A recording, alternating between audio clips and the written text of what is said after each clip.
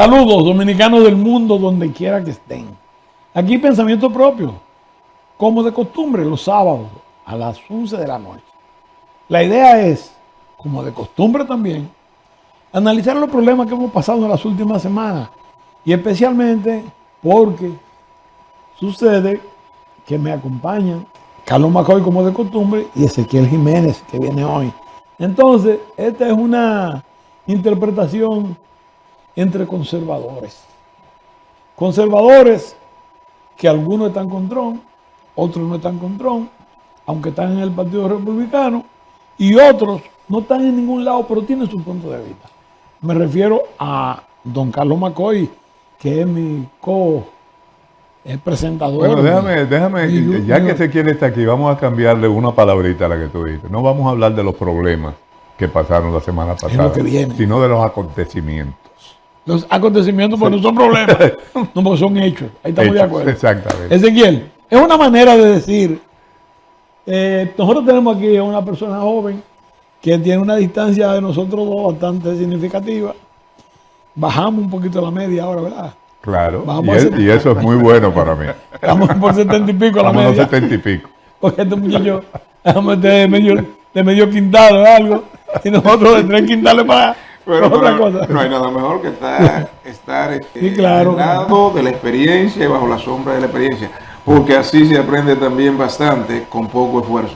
Eso debía ser así, pero sucede el caso y viene a ser que mucha gente no comprende algo que yo vivo peleando, porque yo tengo 14 nietos, y nietos quiere decir gente joven. El mayor de los nietos míos tiene 30 y pico de años. Yo también tengo bisnietos. Entonces, ¿qué sucede? La gente joven siempre dice, es el tiempo de gente joven. Los viejos deben apartarse. Y yo le digo, es que los viejos nunca se han apartado, hay que apartarlos. La única manera que tú tienes de sacarme a mí de la televisión es haciendo un programa donde me eclipse. Sí, pero y eso te va a tomar a ti mucho tiempo, sobre todo si piensas que yo te voy a dejar. Sí, y a lo mejor cuando tengas el tiempo y ya el conocimiento para hacerlo, ya tú eres viejo. Ya tú eres viejo también. El problema es que a veces algunas personas y nuevas generaciones hacen ese tipo de comentarios, y algunas veces políticos con una forma de manipular, ¿no?, en términos de elecciones, de las generaciones ya envejecientes.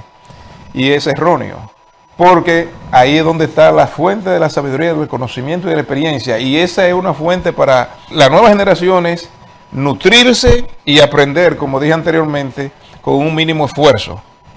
Inclusive escuchando solamente. E inclusive aprendiendo de los errores. Como yo, ordinariamente, yo no tengo ese tipo de problemas. Yo trabajo con gente joven, yo hago especie de coaching con gente joven. Y yo trato de hacerlos entender cuál es la situación. Pero hay un caso que a mí me preocupa, que es que con mucha frecuencia hay gente que cree, no tan joven, como un amigo que tenemos nosotros, que dice que todos los viejos que yo hacen. Y yo lo paro ahí mismo yo lo digo, mira, yo estoy creyendo que lo que tú dices es verdad. Ahora, ¿tú has pensado por qué todos los rectores de todas las universidades, de todas las malditas facultades del mundo son viejos y no jóvenes? Exacto. Bueno, inclusive hasta cuando tú eres contratado para un trabajo se te paga por la experiencia. Está bien. La experiencia se tiene con pero los si años. Está muy viejo, no te contratan si no es especializado. También, eso es cierto. El asunto es que es un término mal empleado porque la fuente del conocimiento es la experiencia que la persona ha ido acumulando a través de los años. O sea, eso lo hacen mucho los políticos para tratar de ganar el voto joven, diciendo que la persona ya envejeciente tiene que desaparecer para que le dé espacio a los más jóvenes. Sí. Sin embargo, los espacios no se regalan, los espacios se ganan. Totalmente de acuerdo. Y no se ganan con la edad solamente. No, y hay que sacarlo peleando del medio. Exactamente. Pero de todas maneras, nosotros tenemos un escenario que queríamos compartir porque, señores, no solamente somos tres conservadores, poniendo distancia de Ezequiel, que todavía es una mente joven, ¿verdad? Fecunda. Por lo menos soy conservador en la parte económica. Muy conservador en la parte económica. Pero no solamente que somos, sino que nosotros casi estamos asociados con el Partido Republicano. de una manera u otra, con Trump o sin Trump, alguno, el caso mío. Entonces nosotros tratamos de que darle una visión, ese es lo que vamos a hacer en los próximos programas. Ojalá que tenga suerte con los demócratas y encontremos McCoy con quien discutir y hablar. Nosotros nos da brega encontrar ahora la contraparte tuya en aquel lado. No entendí bien. No, que quiero hablar del problema. A nosotros nos va a dar brega traer demócratas aquí a hablar de esto. Tú verás que nos va a dar brega. Y tú verás que te lo voy a confirmar. Ya yo he comenzado a puntearlo. Y yo quisiera hablar con él. Hay que dejar que esto pase un tiempo.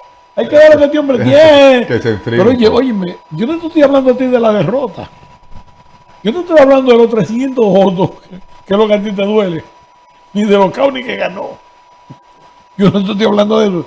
Yo te estoy hablando de, como tú eres un político, cuál es tu parecer en una situación adversa. No es que no quieren. De todas maneras, yo creo que tendremos suerte en el futuro. Después que conversamos con Ezequiel, que trae una imagen fresca y otra visión de lo que es, de lo que fue y de lo que será Donald Trump. Lamentablemente, McCoy y yo estamos más con lo que será que con lo que fue. A nosotros nos interesa qué va a pasar de ahora en adelante. ¿Cuál es el enfoque? ¿Qué es lo que tenemos entre manos? ¿A cómo llegará el asunto? Y por eso queremos que tú lo expongas. ¿Qué te parece a ti?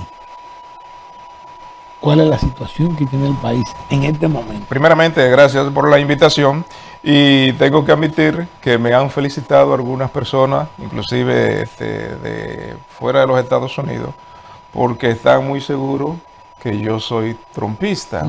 Y entonces he tenido que decirle que si quizás estoy contento por algo es por el proceso electoral como que ha pasado, que yo simplemente me toca hacer comentarios y analizar situaciones que desde el punto de vista yo tengo que hacerlo como yo lo veo claramente. Ahora bien, yo sé que cuando hay una participación partidaria demasiado extrema, cualquiera que emite un comentario que quizá el otro entienda que no le favorece, pues evidentemente ya te ubica de ese lado. Son como los programas de investigaciones. Por ejemplo, en República Dominicana, de Nuria. Cuando hay un partido en el poder, Nuria es el que está fuera del poder. Cuando ese sale del poder, entonces Nuria está a favor de ese. Un ejemplo. Entonces, en ese sentido, lo que ha pasado en los Estados Unidos es el señor Donald Trump vuelve a hacerlo una vez más. Contra todas las predicciones, en el 2016 y ahora en el 2024 vuelve a hacerlo. No solamente, yo no enfoco el fenómeno y el liderazgo de Donald Trump solamente enfrentado a un partido demócrata, sino es a todo un estado. Estamos hablando, cuando se habla de un estado, no solamente se está hablando del partido que está en el gobierno, se están hablando de muchos también poderes económicos, poderes mediáticos y otros poderes que también se mueven por detrás de bastidores. Algunos de los cuales probablemente lo apoyen a él de esos poderes. Lo más probable es que sí, pero sí, en ese sentido. Cuando no están con el que ganó, están con el que tiene que estar. Sí, también es otra cosa. Entonces, ¿qué es lo que sucede?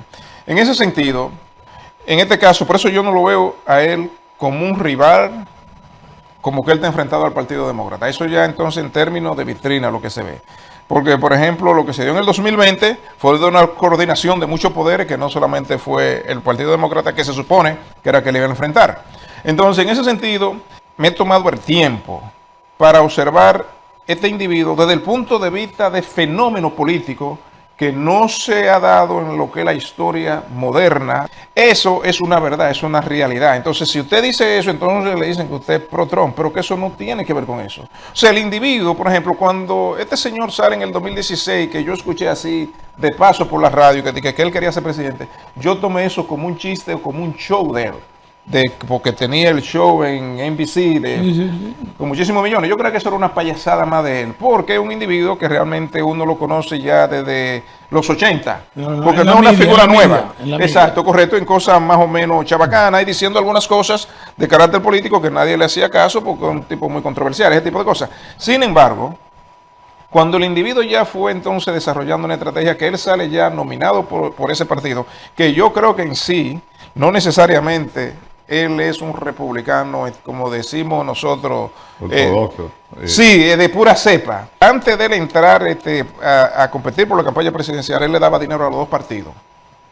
a los dos partidos, muchos dirigentes que usted ni se imagina, pero él comenzó a sacar cheques, copias de cheques de gobernadores de otros estados, que usted dice, ¿pero qué hace este hombre donándole dinero a esta gente? Sin embargo... ¿Sabe política? Sí, sin embargo, hasta el 2010 tenía dándole más dinero a los demócratas que a los republicanos. Después él cambió después del 2010. Yo no sé, esa parte yo no la he podido averiguar. Entonces, lo que me dediqué fue a escuchar y a ver todo su discurso y sus entrevistas, porque él habla mucho. Entonces, ¿qué es lo que sucede? En el 2020 sale del poder bajo las circunstancias que todos sabemos. Y en ese caso, por ejemplo, yo no me gusta opinar de cosas que yo escucho grupos políticos, uno acusando al otro de una cosa y la otra, hasta que yo no tengo alguna información. Pero ahora, curiosamente, en este proceso de 2024 han salido algunos datos que ahora son interesantes de uno poder compararlo con el 2020, con el proceso de 2020. Entonces, ¿qué es lo que sucede? Lo que ha hecho este señor es repintar todo lo que es el paisaje político de los Estados Unidos, de esquina a esquina. ¿Por qué? Porque él saca 312 votos electorales, pero también gana el voto popular, que eso es muy difícil para un republicano. Pero aparte de eso, requiere un análisis todavía más profundo para uno comprender no solamente el disgusto de los estadounidenses, pero sino también a la profundidad de su liderazgo, del individuo como persona. Porque solamente, por ejemplo, en los Estados Unidos, condados, hay aproximadamente 3.200 y pico de condados en todos los estados. Counties. Sí, exacto. Y Kamala Harris sacó 600 y pico, después él sacó 2.000 25%, él se haya quedado en 25%. Sí, entonces, ¿qué sucede? Pero entre esos condados hay detalles que son bien significativos. Si nos vamos, por ejemplo, a la frontera, a Texas, donde hay condados, usted tiene un condado como Río Grande, un condado que se llama Stark, ¿ok? Toledo. Condado que tenían dándole el voto a los demócratas. 32 años había un condado dándole. Y él barrió en todos esos condados de la frontera. Y en condado, por ejemplo, en el condado de Río Grande, Hillary Clinton le ganó a él por un 40%. Y él barrió con todo eso. La circunstancia y la situación que están viviendo esos estados en la frontera es una situación muy especial que nosotros la vamos sintiendo a la medida que ellos van regándose y comienzan también a tratar de quitar a poco el problema. Eso le dice a usted, no solamente que la situación económica, porque para un líder poder canalizar todo el disgusto popular, no basta solamente que el disgusto esté, sino que el individuo tiene que tener algo. Por ejemplo, solamente el que no ha visto esos mítines de él y no ha tenido quizá el coraje y las agallas para ver un meeting de eso que él dura 1 hora y 2 horas hablando, no puede comprender ese fenómeno. Si usted ve a ese individuo hablando, por ejemplo, por 2 horas en un escenario sin leer nada y tocando todos los temas por toda parte y con miles y miles de gente enfocado en él, entonces, si usted ve eso, usted tiene que, independientemente si el individuo le guste o no, usted tiene que comprender que ese individuo tiene algo que ahí no se soluciona. Ahí te doy la razón. Sí. Sin embargo, el tiempo, que es que nos maneja a nosotros, sí, nos obliga a hacer que hagamos una paradita porque te han tocado 3 temas que yo quiero que lo veamos con un poquito más de detalle. Bien, amigos, estamos conversando con Ezequiel Jiménez.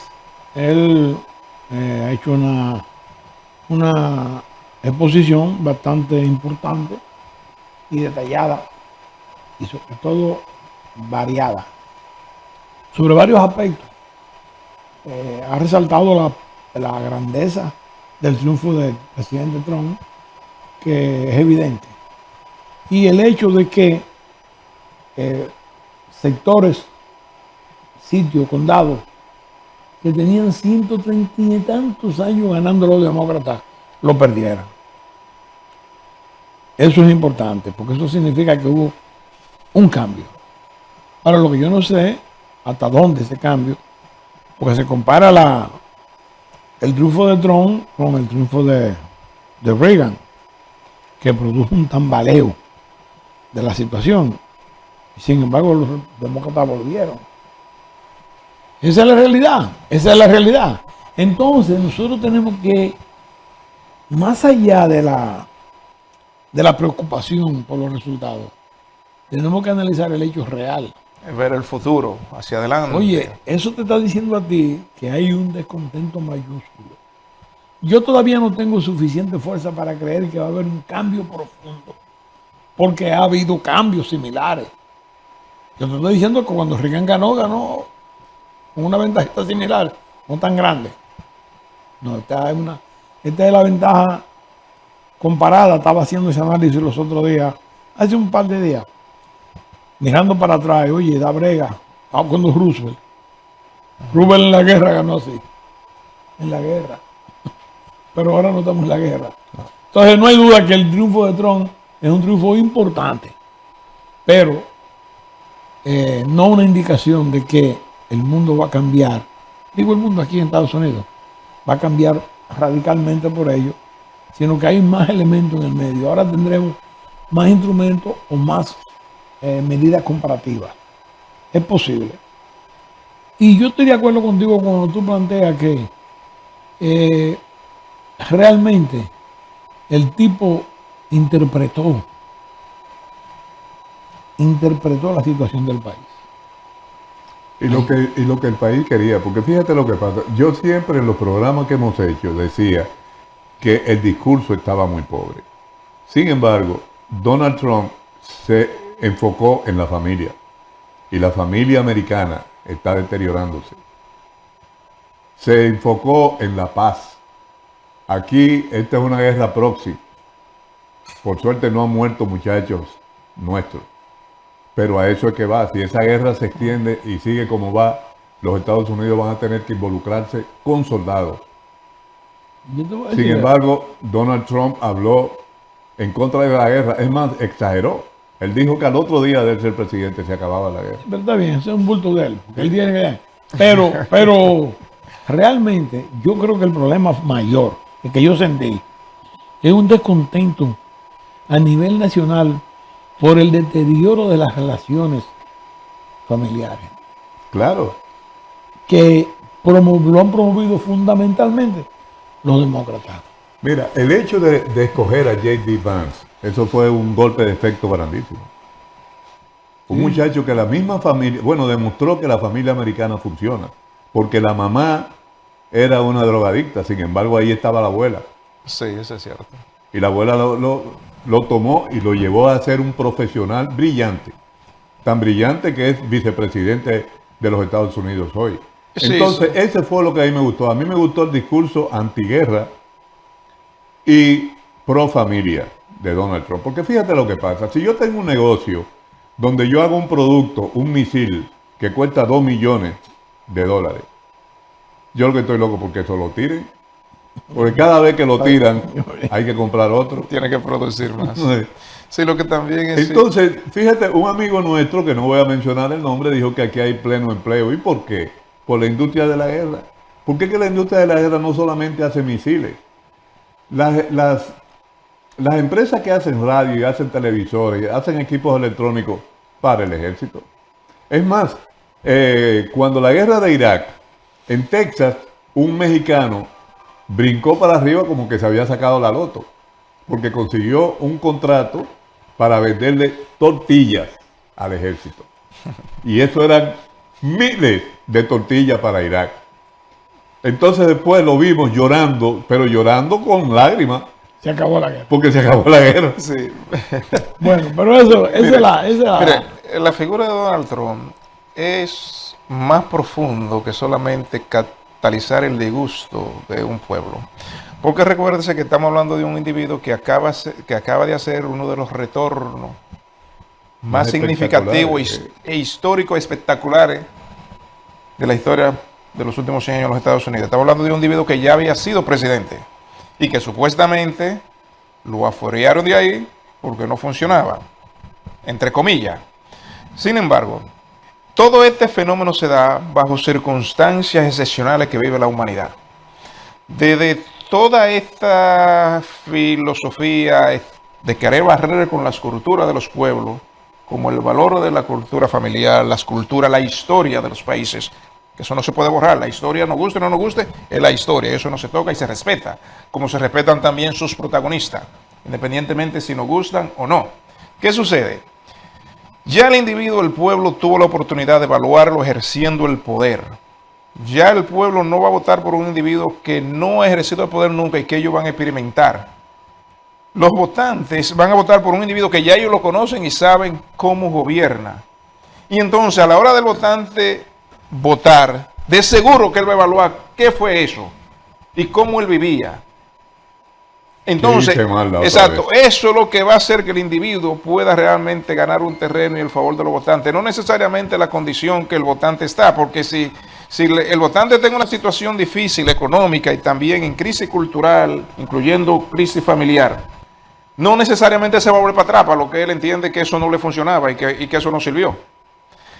Entonces hay otra cosa, hay un problema, porque es que Donald Trump, el terreno que gana, no lo suelta. Al contrario, él coge más. ¿Cómo coge más? Bueno, él ganó en el 2016 con una cantidad de votantes mucho menos que la cantidad de votantes que él sacó cuando intentó su reelección.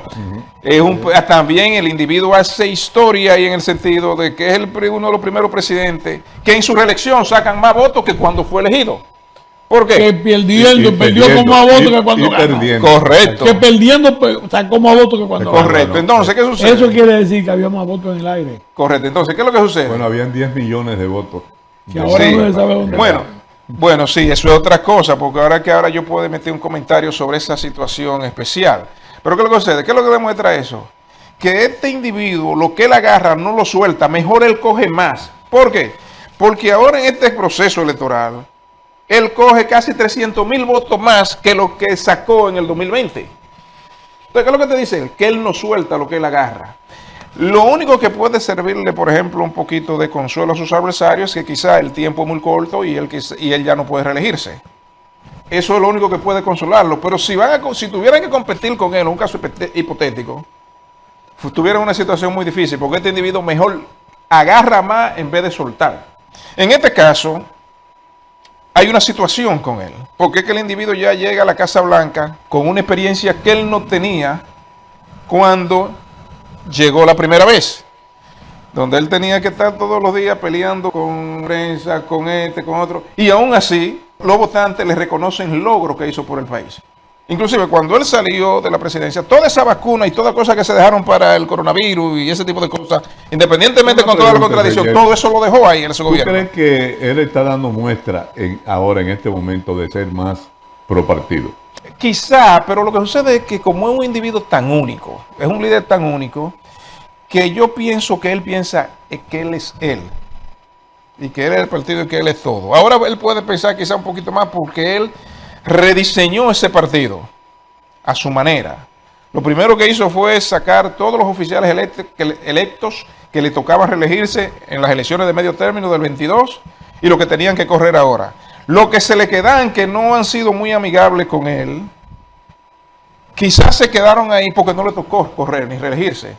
Pero ahora quizás tendrán que moderarse, porque ahora mismo lo que el pueblo estadounidense ha demostrado es que le ha dado un mandato a él.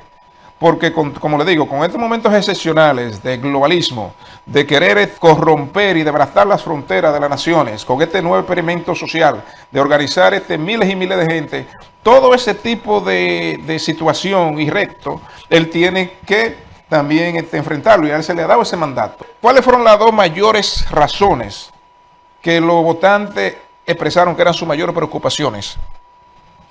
La economía y un caso excepcional que en la historia moderna la inmigración ilegal. La inmigración ilegal masiva como se está dando, porque la inmigración ilegal siempre ha existido, pero en grupitos pequeños, coyotes organizando grupitos de 15, 20.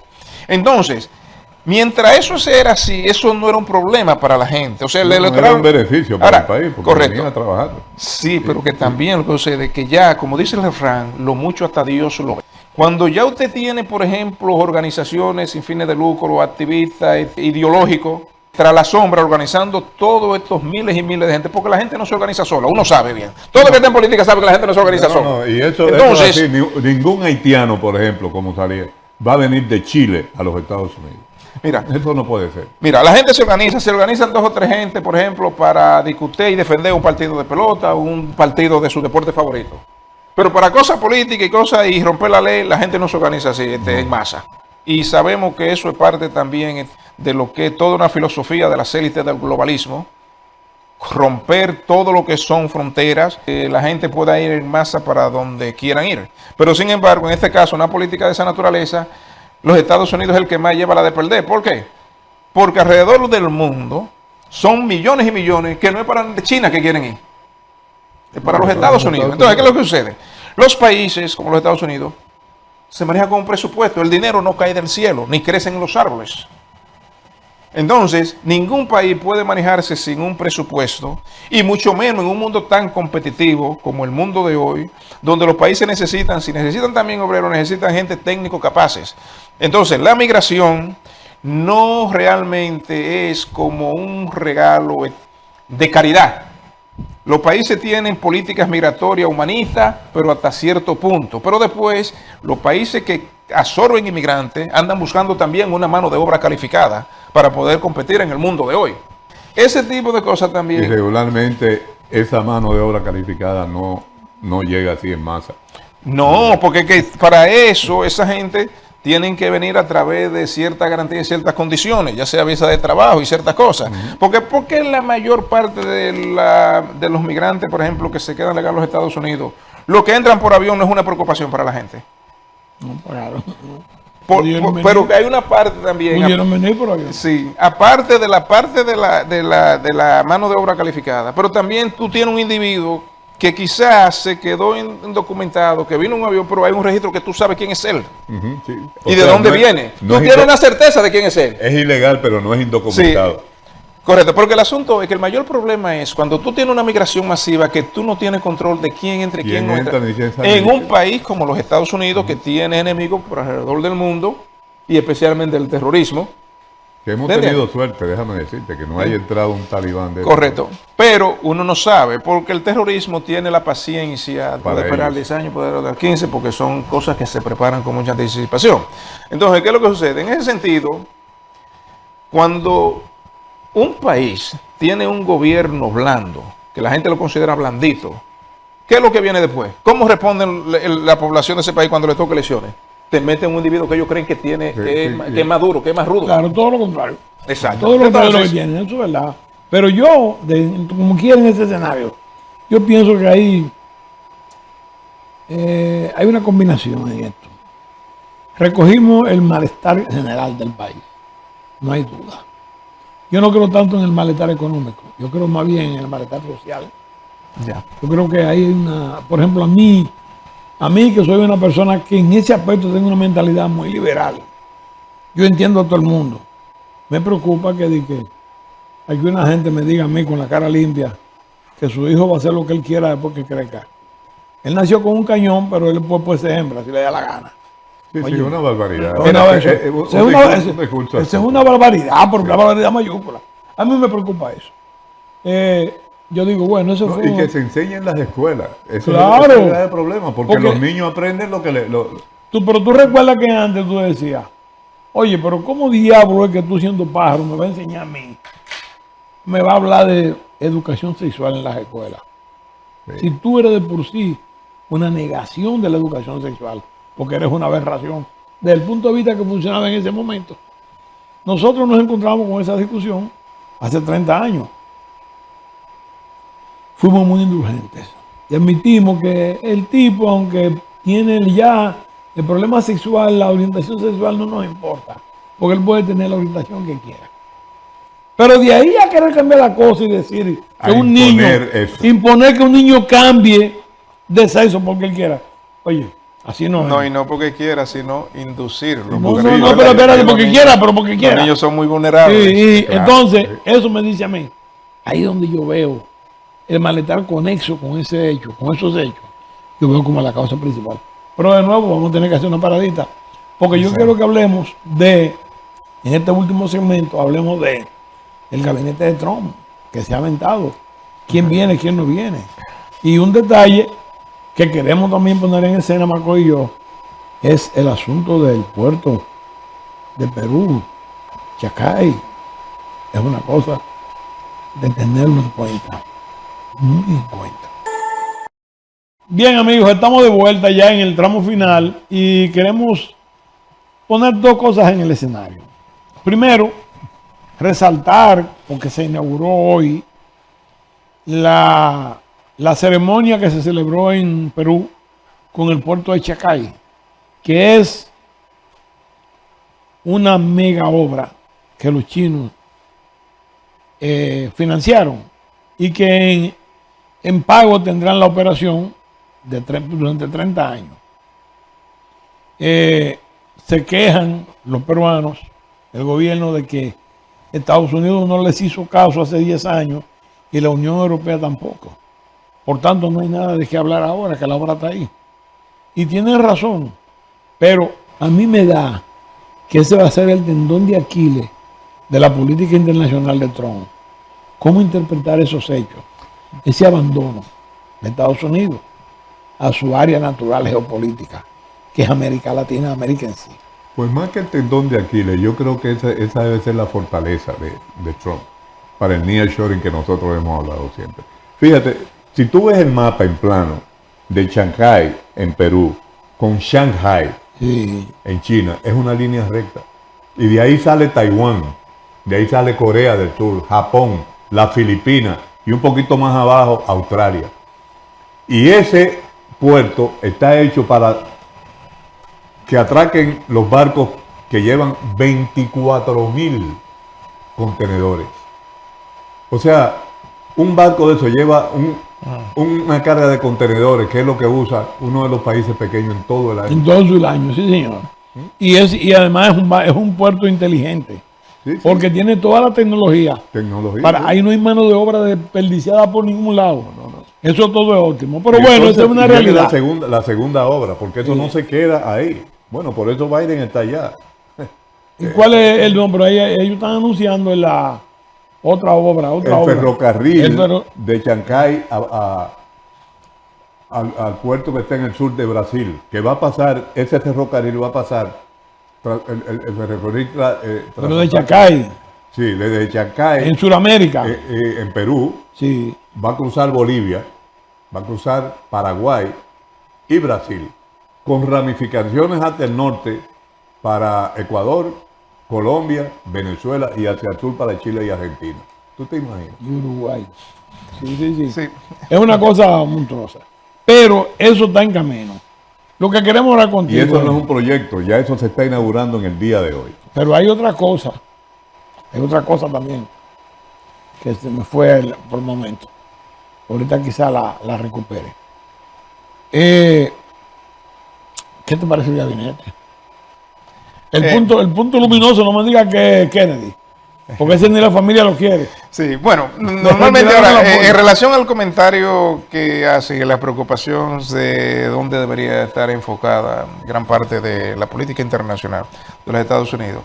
La nueva administración enfrenta un escenario internacional bien complicado, mucho más complicado que el que él encontró en el 2016, porque ahora mismo estamos hablando de una alianza muy profunda entre Rusia y China, que no existía anteriormente, y Corea del Norte. Entonces, esa es una situación muy complicada, porque aunque Rusia no sea una potencia económica, pero es una potencia militar, y con influencia ya en varias regiones del planeta. Pero el nombramiento de Carlos Rubio, qué sé yo, la nominación, porque hay que ver si... Marcos Rubio, sí. La nominación, hay que ver si pasa los sedazos, ¿no?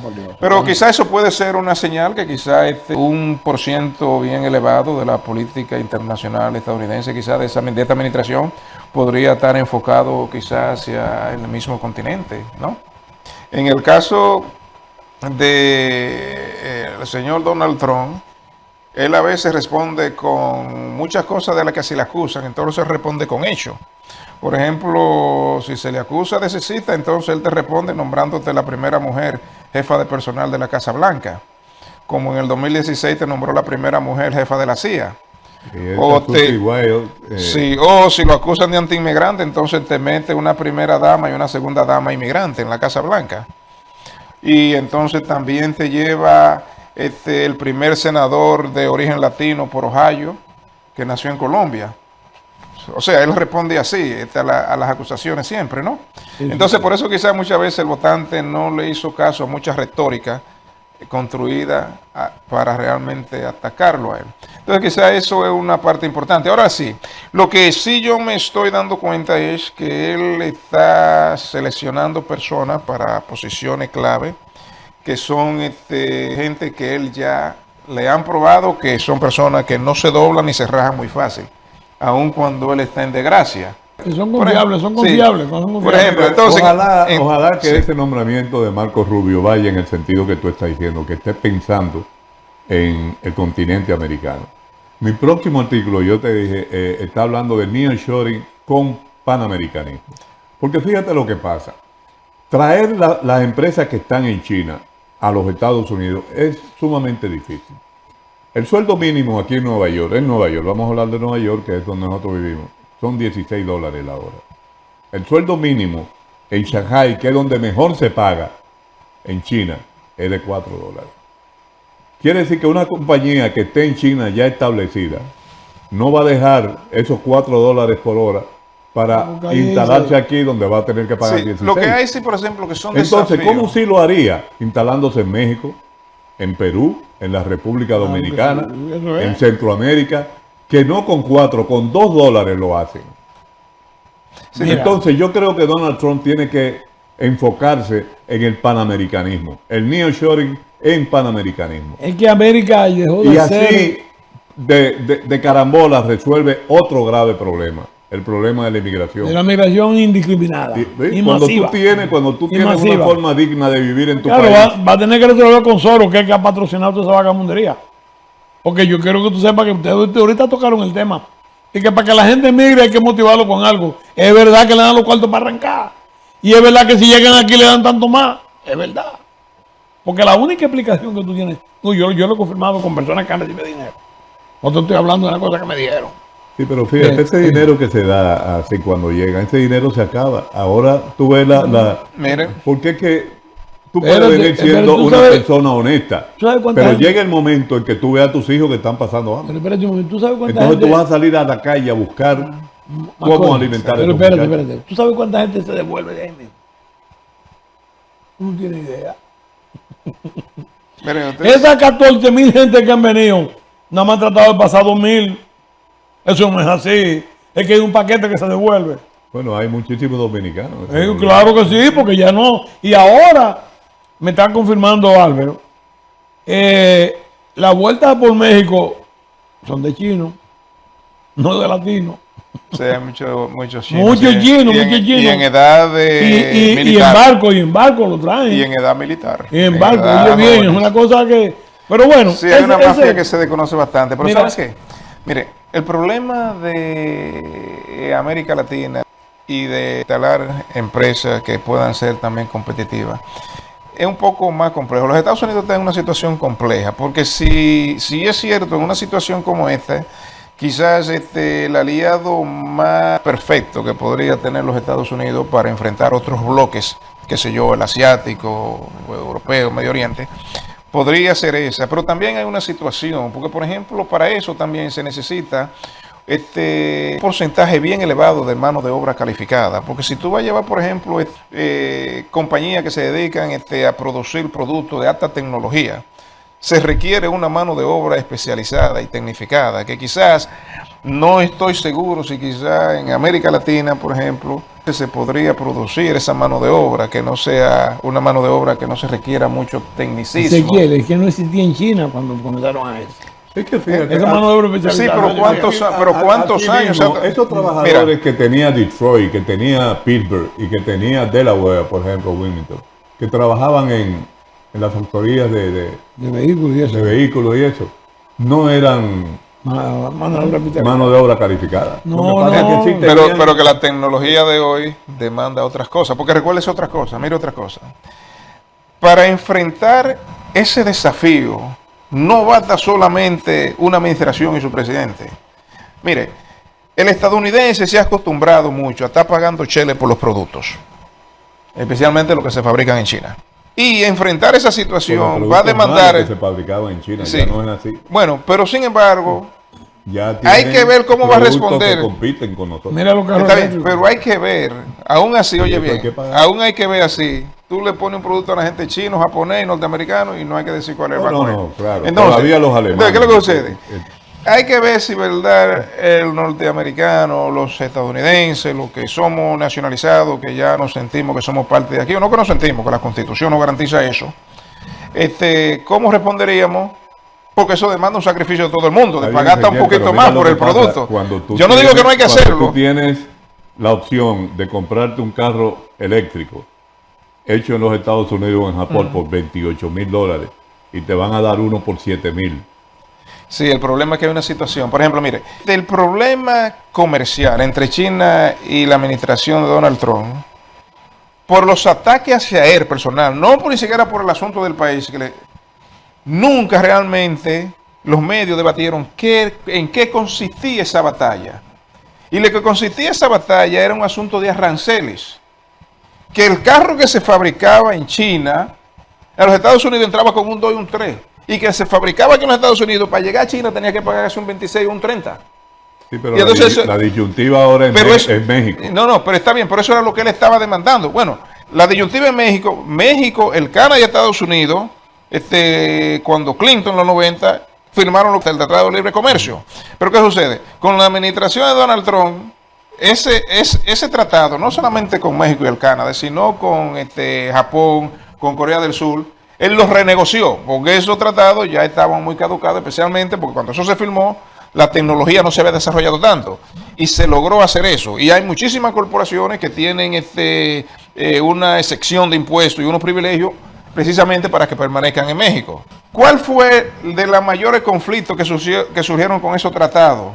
Cuando él planteó renegociar eso y cuando se hicieron, fue con las uniones, especialmente los trabajadores del Canadá y de los Estados Unidos, que entonces ellos estaban demandando que a los obreros mexicanos que trabajaban en esas corporaciones que se beneficiaban del libre comercio, que también se les pagara un sueldo más o menos parecido, para que entonces las corporaciones y los inversionistas no fueran seducidos nada más para irse para México.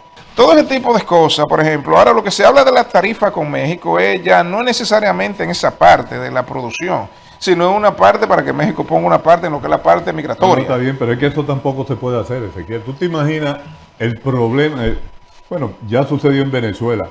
La inflación que eso tendría en México, como en bueno, pero el asunto es subir a un 1000%. Sí, el asunto es, mire qué es lo que sucede. Cuando usted tiene un problema, usted lo aborda o usted deja que las cosas cojan a su suerte. La política y un líder responsable no se maneja de esa manera. Por ejemplo, si usted es mi socio y algo que usted está haciendo me está perjudicando, yo tengo que invitarlo a un diálogo. Y si el diálogo se da, pero se da en una manera de que somos sordos, entonces algo tengo yo que hacer para que realmente usted entre en razón. Sí, algo grave. Entonces, evidentemente, eso es una parte que yo quizás no se la critico, porque si usted tiene, por ejemplo, hace frontera con una nación, ambas naciones son responsables de la frontera, cada quien de su lado, porque la seguridad de uno y del otro depende de ambos. ¿Te entiendes? Entonces, esa es una parte, es igual que la parte, por ejemplo, de esa frontera, que es una de las grandes preocupaciones que no era antes. Inclusive, los migrantes que tienen aquí 15, 20 y 30 años son de la gente más disgustada con esa migración masiva. Sí, sí. ¿Por qué? ¿Qué es lo que, por ejemplo, en las elecciones, qué es lo que decían muchos latinos, hispanos, que llegaron aquí hace mucho tiempo? Que hay una diledoná, que el que llega aquí tiene que bandeársela. Y le da una primera mano a un amigo, los amigos, la familia.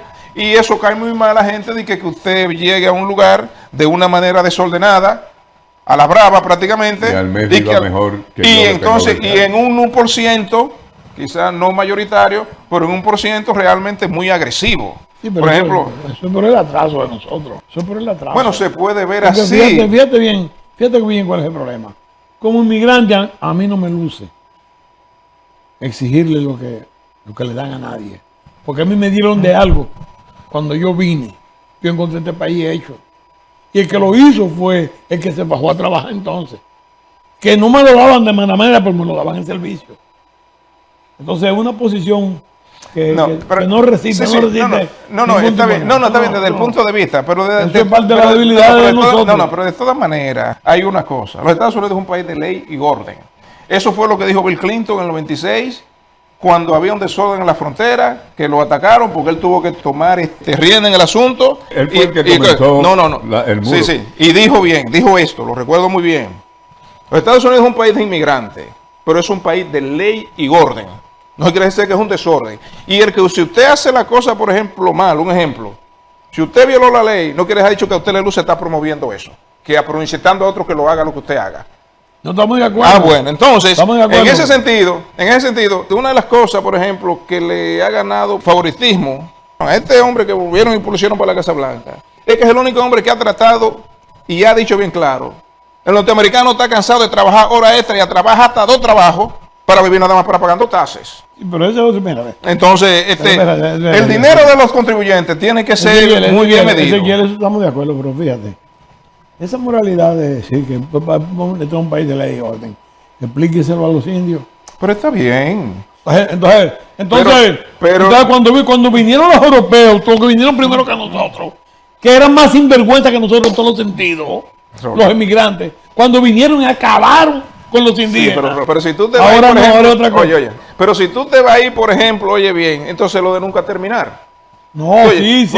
Por ejemplo, si que lo vemos con justeza. Espérate. Si pero está bien. Pero si vemos, por ejemplo, el mundo lo que era en la edad de piedra, en la edad de los nómadas, entonces tenemos que aceptar que el mundo hoy tiene que ser así también. No, yo no te digo eso. O sea, porque vivíamos sin frontera, o sea, no teníamos ninguna frontera de ser humano. Yo lo que te digo no es eso. Yo lo que te digo es que para tú votar tú tenías que tener una escopeta, una mula y un pedazo de tierra, si no tú no eras ciudadano. Pero eso era. ¿Sabes qué es lo que buscaban? Que tú cogieras un pedazo de tierra como sea. Sí, pero y se la quitaron a los que estaban aquí. Entonces, eso es cierto. Entonces, promover la moral en calzoncillo. Eso es cierto. Pero oye bien, pero el que tú lo hayas hecho, que tú lo hayas hecho mal en el pasado, no quieres ha dicho que eso no te dé la oportunidad de hacerlo mejor y corregirte. Claro que sí. Por ejemplo, si esos inmigrantes vinieron así, está bien, eso es parte de la historia. Pero sin embargo, también nosotros tenemos de los originarios de aquí también, que viven también ahí en paz y tienen las condiciones que necesitan. Oye bien. Entonces, yo lo que creo que falta la justeza del pensamiento. El juicio de nosotros tiene que ser más justo. Aunque vivamos en un mundo convulsionado. Porque mira, se nos acabó el tiempo, tenemos que irnos. Y estos temas, desgraciadamente, nos van a seguir tomando mucho tiempo. Son largos. Señores, y el tiempo la corto. semana próxima, aquí en Pensamiento Propio, en Canal América, Televisión Dominicana para el Mundo.